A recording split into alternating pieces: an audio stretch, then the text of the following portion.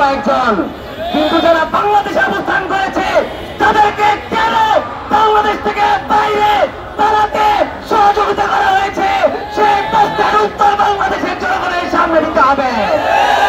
আজ আমাদেরকে শোনা হচ্ছে বুকে পাথর চাপা দিয়ে অনেকেই নাকি অনেক কিছু মেনে নিয়েছেন। আমরা বলতে চাই আপনারা মেনেন না, আপনারা ছিলেন না, আমরা আপনাদেরকে প্রাপ্ত করেছি সেটা মেনে নিতে। এবং এই জুলাই গণঅভ্যুত্থানের মধ্যে বাংলাদেশে তরুণ প্রজন্মের যে আকাঙ্ক্ষা, তরুণ প্রজন্মের যে উচ্চাকাঙ্ক্ষা, তরুণ প্রজন্মের যে আকাঙ্ক্ষা, সে আকাঙ্ক্ষার বিরুদ্ধে যারাই দাঁড়াবে জনগণ তাদের বিরুদ্ধে ব্যবস্থা গ্রহণ করতে বাধ্য হবে। এখন অনেকেই বলছেন আওয়ামী লীগকে নিষিদ্ধ করা যাবে না, পরিশুদ্ধ হয়ে আসতে হবে, পরিশুদ্ধ এক আওয়ামী লীগ আপনারা এই বাংলাদেশে চান। কিন্তু আমরা বলতে চাই 1972 সাল পরবর্তী সময়ে আমরা কোন আওয়ামী লীগ দেখেছি? আমরা দেখেছি আওয়ামী লীগ যখন ক্ষমতা এসেছে তারা ব্যবসার কায়েম করেছে, প্রতিবাদ কায়েম করেছে।